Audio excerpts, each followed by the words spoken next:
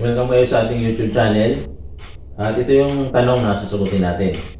Sabi niya, boss, sa 44 square meter, ilang PVC panel ang magagamit at saka metal paring? So, nag-comment siya doon sa nauna nating video tungkol sa pag-estimate kung magkano ang kailangang budget sa kisame at gagamitin ay PVC ceiling. Okay.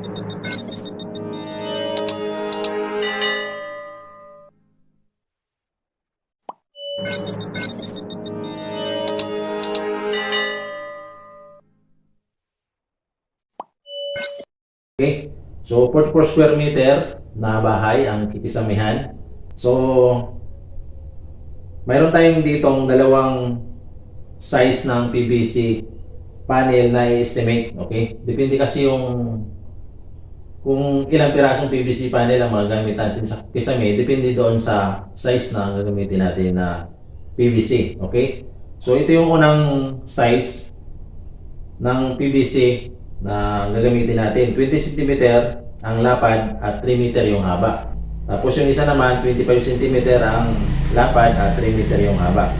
Okay, so ito yung computation natin sa 44 square meter na kikisamihin mo. Ito yung option 1. Ang size na gagamitin natin is 20 cm by 3 meter na PVC ceiling. So, ang area niyan, 20 cm times 3 meter is equals to 0.60 square meter ang area ng isang PVC ceiling mo. So 44 square meter divide natin sa 0.60 square meter. Ang magagamit natin na PVC ceiling dyan is 73.3 pieces na PVC ceiling na ang size is 20 cm by 3 meter. So magbibigay tayo ng allowance dyan kahit mga 5% lang. So kailangan natin dyan ng 76, okay? 76 pieces na PVC ceiling. Okay. So ito naman tayo sa option 2. Ang gagamitin naman natin size dito ng PVC ceiling is 25 cm by 3 meter. Okay, so ganun din. Ang magiging area ng isang piraso natin na PVC ceiling is 0.25 meter times 0.3 meter is equal to 0.75 square meter. So, ganun din, 44 square meter, divide natin sa 0.75 square meter, 58 pieces na PVC ceiling ang gagamitin natin. So, hindi naman tayo bibili ng saktuhan talaga. Bibigay tayo ng allowance. At gagawin natin ito ng 62 pieces to 63 pieces na PVC ceiling. Okay? So ayan. Kung ang gamitin mo is 20 cm by 3 meter, ang kailangan mo na PVC ceiling is 76 pieces. Kung ang size naman na gagamitin mo na PVC ceiling is 25 cm by 3 meter, ang kailangan mo rito is 63 pieces na PVC ceiling. Okay? So nasagot natin yung question mo kung ilang piraso ang magagamit mo na PVC ceiling sa 44 square meter na kikisamihan mo. So ang recommendation ko, lagi kang dadagdag ng 5% allowance kasi hindi natin masigurado yung mga putol nila ng magagawa ay saktong-sakto. Meron minsan nakakapos. Halimbawa, ang bibilhin mo is tulad kanina, 58.7 pieces lang, hindi ka naman magbibili ng 59 lang. Siyempre, dadagdagan mo yon ng kahit 3 piraso o 4 na piraso na allowance para doon. Okay? So, breakdown natin ng materials plus labor para sa 44 square meter na PVC ceiling. Okay?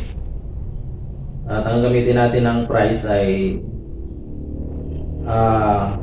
pinaka-common lang na price dito sa Pilipinas. Okay? So ito, 44 square meter na area ng kikisamihan mo, ang gagamitin is 25 cm by 3 meter. Okay? Flat ceiling. Wala itong cove. Okay? Residential. Normal lang yung height niya. Okay? At magbibigay tayo ng 5% allowance. Okay? Materials breakdown. PVC ceiling panels. Required 63 pieces. Tapos yung karaniwang presyo nito is isarado natin na 300 per piece. Okay. Mayroong medyo mas mababa dito, mga 250. So, dinagdagan ko lang ng allowance. Okay. Ginawa ko lang na 300. Okay. Yung 250 kasi na yon, medyo pinakamura na yon. Okay. So, ang magiging total na kailangan mo is 18,900 para lang doon sa PVC ceiling. Okay. Sa metal paring naman natin at sa carrying channel. Okay. I-assume natin na ang kailangan mong haba na metal paring at carrying channel is 1.2 to 1.4 linear meter per square meter. Okay, so 44 square meter times 1.3, lalagay lang tayo sa gitna doon ng 1.2 at 1.4 times 1.3 is equal to 57 linear meter. Okay, so ang karaniwang haba ng metal paring at saka carrying channel is 5 meter. So kailangan natin ng 12 pieces na metal paring at carrying channel. So ang price niyan is mga nasa 260 per piece. So, pag tinotal natin yan, 3,120 ang kailangan nating budget sa metal paring. Okay? Sa carrying channel naman, yung main frame niya, so, at ang magiging presyo nito is 350 per piece. Ang total niya na kailangan natin is sa 2,000 to, nasa 2,800 to 3,500. Yung wall angle natin, ang karaniwang haba naman nito is 3 meter. Okay? At ang per piece nito is 160 per piece. So,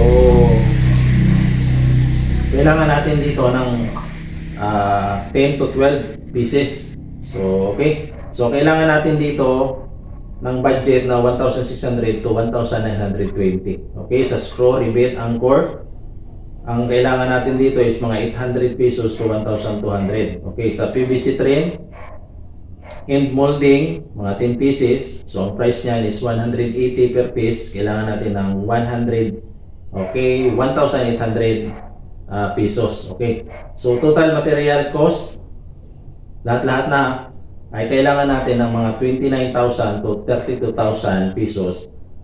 Okay, sa lahat ng materyales sa PVC ceiling ang nabanggit natin. Ang magiging labor nito, ito yung magiging labor mo sa PVC ceiling installation. Karaniwang rate nito is 450 to 600 per square meter. So 44 square meter, i-times lang natin sa 500. Gigit na tayo doon sa 450 to 600, which is 500. So 44 square meter times 500 is 22,000 ang kailangan mong budget para sa labor cost. So, pag itotal natin, grand total, material cost at labor cost.